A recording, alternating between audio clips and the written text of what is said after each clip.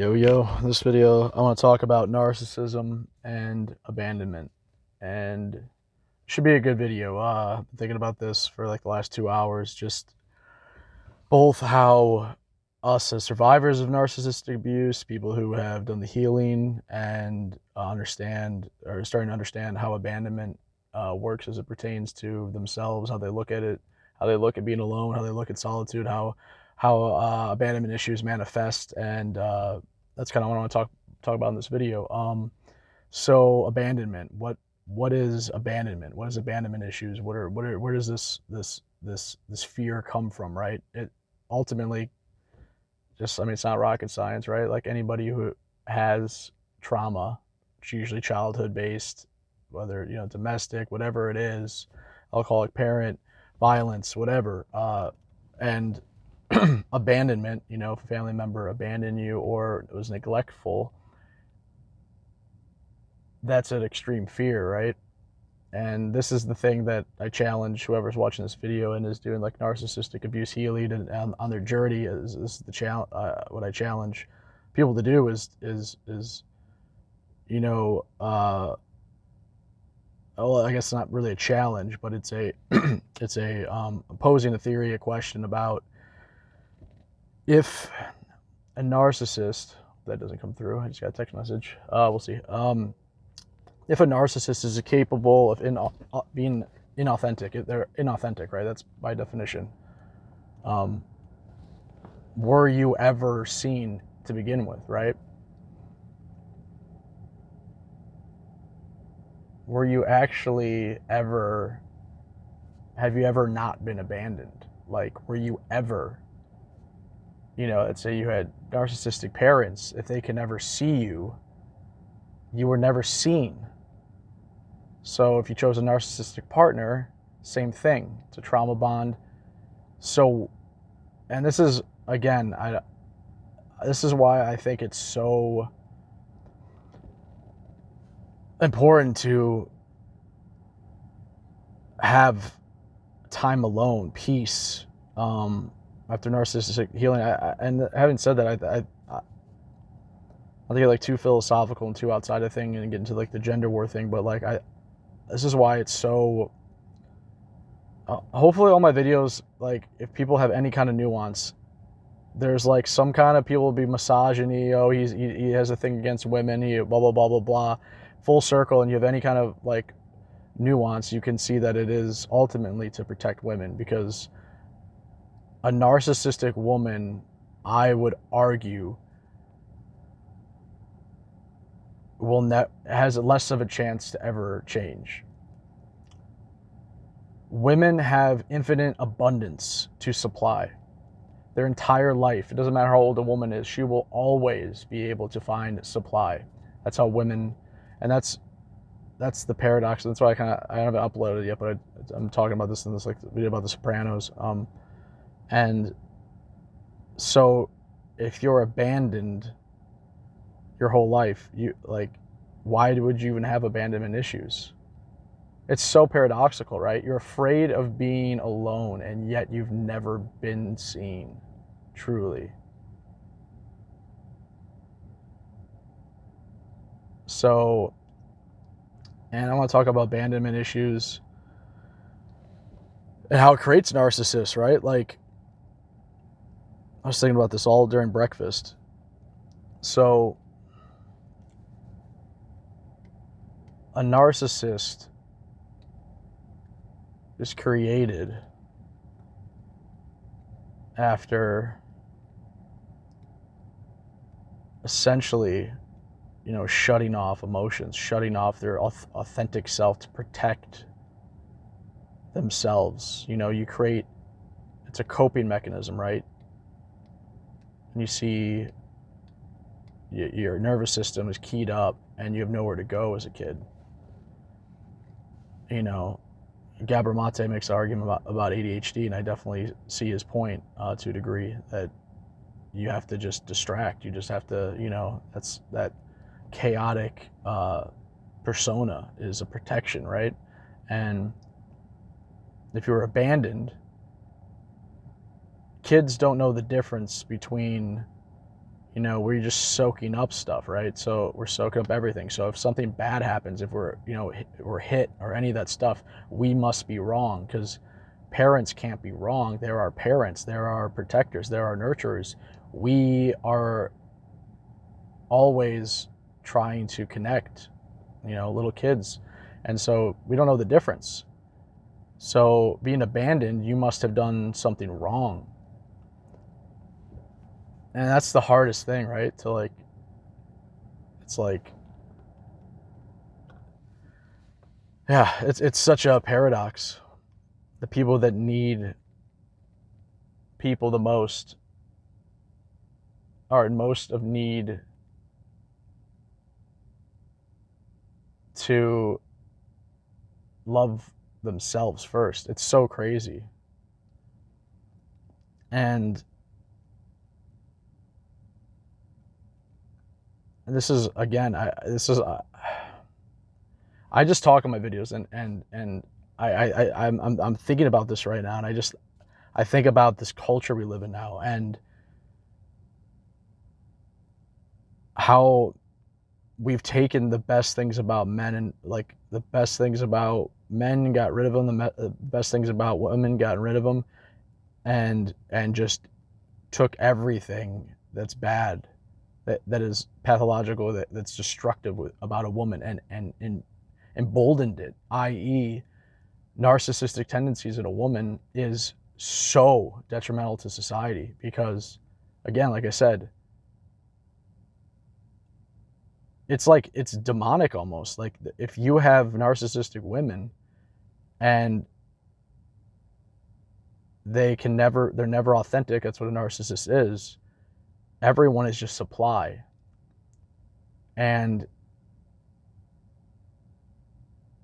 you know, in a society where there used to be shame and certain standards, where if women did certain things, there's always a certain amount of women that's like, oh, she's a, you know, it was shamed. It was like, she, because it is so sad, because the women that were, you know, didn't have a father figure around, or ended up, you know, being in the brothels or whatever, they're just kind of like, that was a sad future. You know, it's sad in the youth, and then it gets sadder with age, because the damage and all the worldview, the way that they look at men, and then it just turns into this whole like mother son abusive abandonment, father daughter, like this whole eroticized rage, super unhealthy dynamic, which now like, and but it was like on the fringes, and now it's like, I just think that it's not on the fringes. The fringes are like,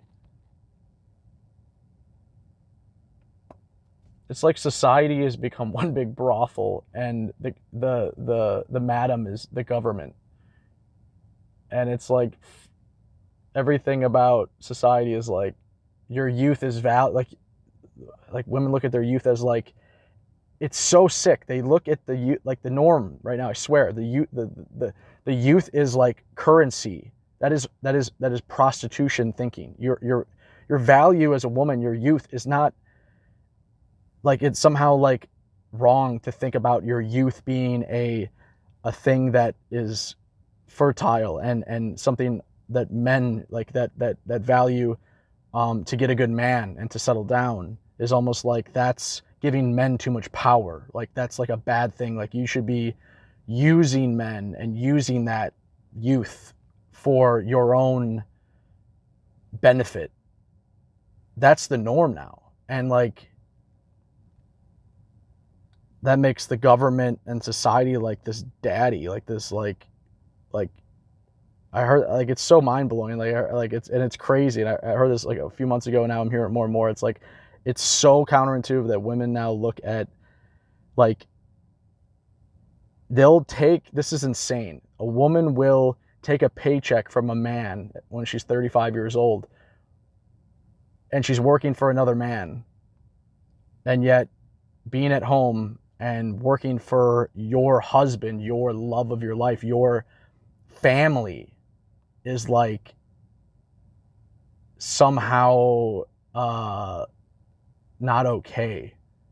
You can work for the guy for the paycheck that doesn't care about you, but you can't work for the man under his roof to follow his lead. You can follow the guy who gives you the paycheck. What the hell? It's just crazy. I never thought, like, it is kind of that simple. Because men and women are not the same. It's getting sad out there. Anyway, I was talking about freaking abandonment. Again, my tangents just go. That's how. Oh, you're a subscriber in this channel, you already know what it is. But yeah. So the abandonment thing is like, it's so interesting, and it's just, I don't know. Maybe it's sexist. Maybe I'm wrong. I don't think I am. And this is why ultimately, I don't care what anyone says, this channel is for women. You know, you only can stop the intergenerational abuse cycle when a man stands up and says enough's enough and has strong boundaries. And every woman on earth, whether they admit it or not, want that within a man.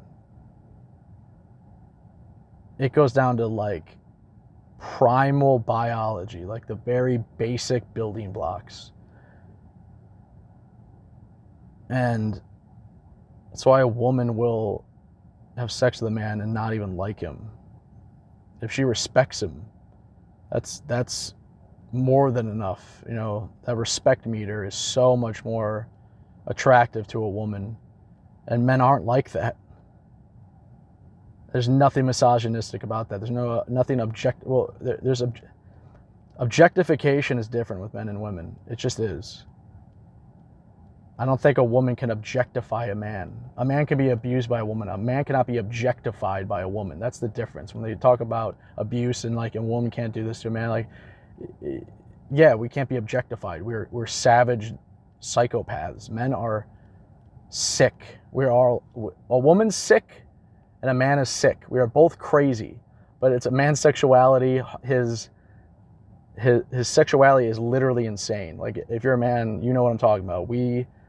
I've seen stuff on the internet. We are sick. And yeah, women aren't like that. They're just not. I heard a thing, this video is just going off freaking tangent. So the abandonment thing, scratch that. I heard a thing about, I forgot who was talking about it on a YouTube video about, and I knew I had a friend, she took testosterone. If you're out there, if you ever come across this video, Ray, I hope you're doing well. And now I gotta get it. She's on testosterone. Yeah, women are on testosterone because women don't have a refractory period. That's where, like, you know, you post nut clarity, and guys have this refractive period where it's 20 minutes, an hour, a day, and then we get to relax and be just chill. And that's how testosterone works within. See, that's the testosterone makes you into like a savage, or sexually like a savage, and you just like, and with women, they don't have a refractory period. So if a woman's on testosterone, then she just never gets to, like, just will be horny all the time, will constantly just want to have sex and never be able to, like, it's almost like anxiety, becomes like sick because you can't like ever just like, like, and that's the biology. That's the whole thing. That's like, you can't change. And I don't know. I only bring that up because I just think of how backwards we are right now. It's just crazy. It's so crazy. Men have never been more feminine. It turns into a bitch mission. I gotta not turn into a bitch mission, but I just, I'm hopeful that women wake the hell up. You know, if you're 25 or younger, you know, under 30, really, I'd say, if you're under 30, it really is, like, I'm 36 years old, I see it, I've been seeing it more and more. I know younger women are seeing it, like, because people are talking about it now, it's okay to talk about it, it's very evident. And I feel so bad for millennial women, like, a lot of them got lied to, but it works both ways. Like, you can't have your cake and eat it too, you can't have your cake and eat your guy's cake. It's just, you can't have everything in life. I had to learn that the hard way myself. And so I hope that women that are, pre-30, you're starting to look at guys as,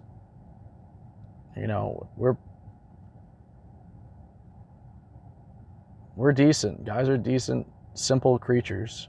And the ball's in your court, What is your intent as a woman, Yeah.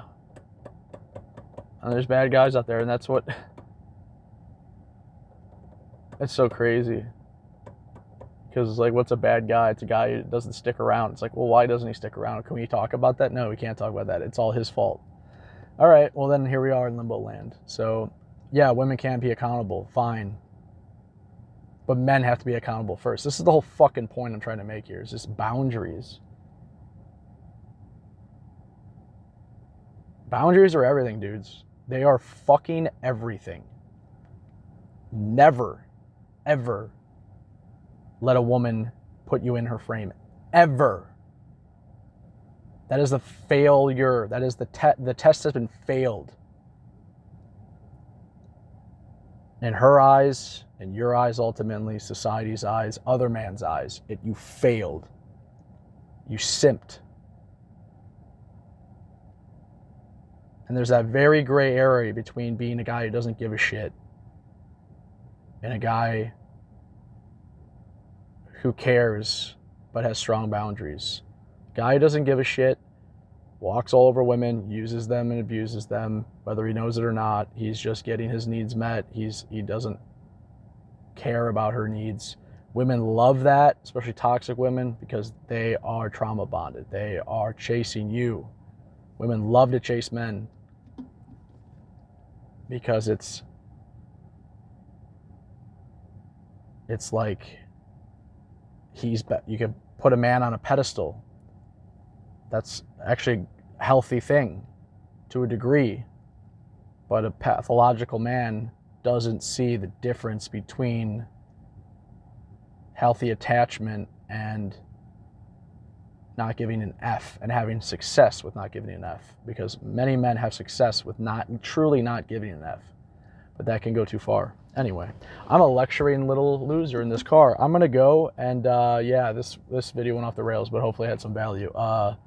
Lecturer McGee over here. I don't know how else to say. I just see it. I tend to have this position, and then you could argue. I'm not going to sugarcoat or BS anymore. I think that is a big part of the problem. And so if I come off arrogant, that's fine. But I'm just trying to be honest and truthful, and that's my position. And let me know what you think in the comments below. And have a great day, and stay strong and boundaried, fellas. Goodbye.